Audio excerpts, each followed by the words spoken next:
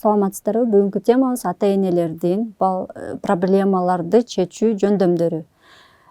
Проблеманы кантип карап чыкса болот? Мисалы, негизи эле балдардын проблемалары же көйгөйлөрү балдардын сезимдеринде жашырылышат. Бул учурда балага көрсөтүү, совет айтуу бул жарабай калат. Баланы бул учурда психологдордун сунушу боюнча жигерди угуу же активдүү угуу методу сунушталат. Бул эмне дегенде, эң биринчилерден болуп, балага кунт коюп, убактыңызды бөлүп, эмне болуп жаткандыгы тууралуу суроолорду берүү. Балаңызга өзүнчө олуттуу мамиледи жасап жатканыңызды көргөзүү жана дароо эле ага ушул учурга сен туура эмес кылдың же туура кылдың, андай кыл, мындай кыл деп кеңештерди айтпай, шашпай, ошо балага мүмкүнчүлүк берүү. Өзүнүн кылган ишине карата баа берүүсүн жана эмне кылсам болот деген суроого жооп издөөгө. Бала менен чогуу кандай кылсак болот деген суроолорду айтып, чогуу чечим чыгарууга жардамдашуу. Анан эле башка дагы бир маселе, үйдүн ичиндеги чыр-чатактар болушу мүмкүн же көйгөйлөр болушу мүмкүн. Ошол учурда балаңызга ошол тууралуу кантип айтсаңыз болот?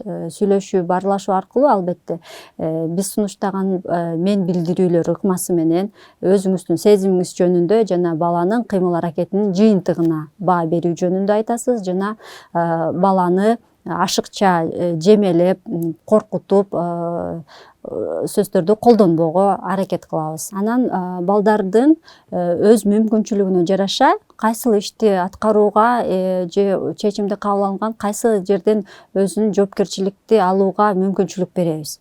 Ушул проблемаларды карап чыгуу боюнча дагы бир нече жолдору бар. Алар мисалы, жагдайды аныктоочу суроолорду берип, бир маселе жаралганда негизи сунушталат, бардык үй бүлө мүчөлөрүн же ошол проблемага байланыштуу адамдарды бирге чогултуп, отуруп алып, кагаз, калемсап даярдап, жазып дагы көргөзүү.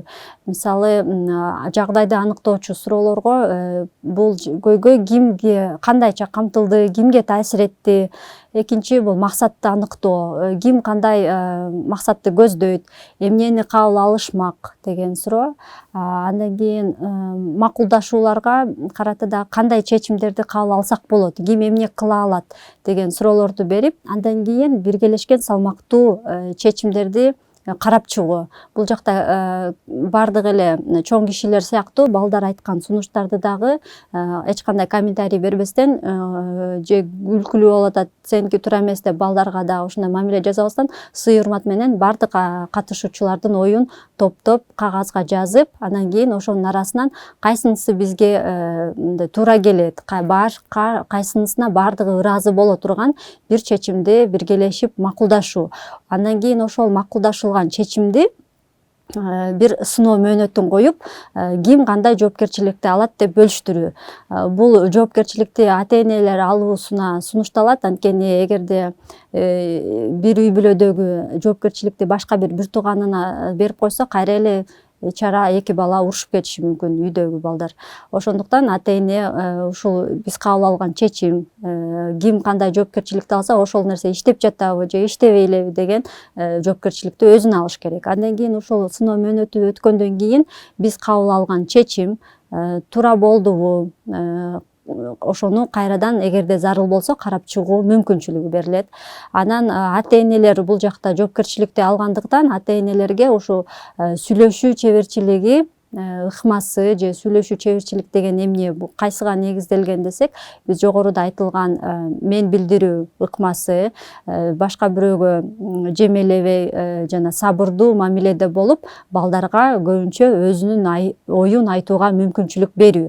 Балдар болгон окуяга карата өзүлөрүнүн чечимдерин сунушталат жана андан кийинки зарыл болгон учурда кайрадан ушундай иретте чогулуп кароо сунушталат. Анан балдардын ою боюнча, эгерде балдар тиешелүү чечимдерге өзүлөрү дагы аралашып, чогуу биргелешип чечим чыгарышса, анда алар көбүрөөк ошону аткарууга даяр болушат дагы, көбүрөөк жоопкерчиликтүү болушат. Көңүл бурганыңыздарга рахмат. Саламатта калыңыздар.